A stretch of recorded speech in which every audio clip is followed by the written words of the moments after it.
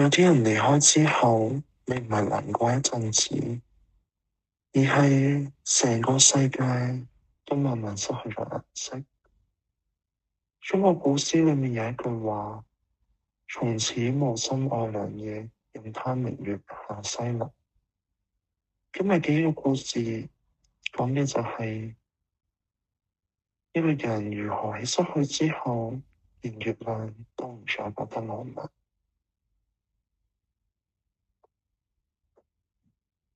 喺一座江南小城裏面，有一個書生，佢唔係最聰明，亦都唔係最富有嘅，但佢有一個習慣，鍾意睇夜晚。佢話夜晚係最乾淨，冇白天嘅喧鬧，亦都冇人嘅算計。直到佢遇見咗一個女子，佢鍾意喺月下散步，鍾意喺屋檐上睇光影，亦都鍾意問佢一啲好簡單嘅問題。你覺得月亮今晚係圓定係孤單？佢笑佢天真，但係都仲係每個晚上陪佢睇月亮。嗰段時間，夜晚變得好睇咗，唔係因為月亮，而係因為有人一齊睇。後來佢哋一齊咗，佢哋冇誓言，亦都冇轟轟烈烈，只係好自然咁樣出現喺彼此嘅生活裏面。夜晚變成咗一種習慣，佢會喺固定嘅時間等佢，佢亦都會帶住小點心嚟搵佢，然之後一齊坐喺屋頂上面睇月亮。佢問：你有冇覺得今晚嘅月亮比琴日嘅亮？佢答：冇，係你比較亮。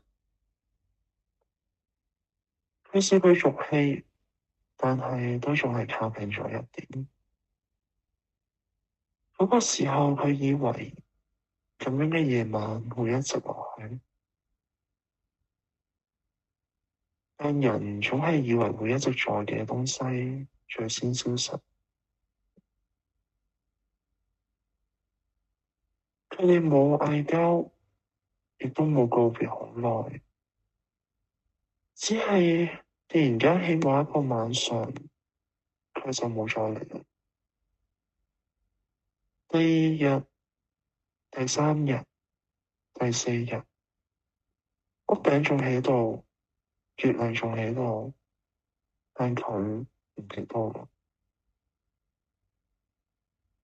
去搵佢，但係淨係得到一句好輕嘅話：以後嘅月亮你自己睇啦。嗰一刻佢冇喊，只係突然間覺得夜晚好似變得凍啦。後來佢都仲係會喺夜晚爬上屋頂睇月亮。月亮仲係嗰個月亮，城市都仲係嗰個城市，只係佢唔再期待任何嘅腳步聲。有人話佢變得安靜咗，亦都有人話佢變得冷漠咗。但只有佢自己知道，唔係變咗，而係冇值得期待嘅嘢啦。佢曾經覺得夜晚好靚，而家真係覺得夜晚好長。後來嘅某一晚，佢係坐喺屋頂，月亮好圓、好亮、好安靜。有人路過問佢：咁好嘅夜色，你喺度睇啲咩？佢沉默咗好耐，淨係講咗一句：冇睇啲咩。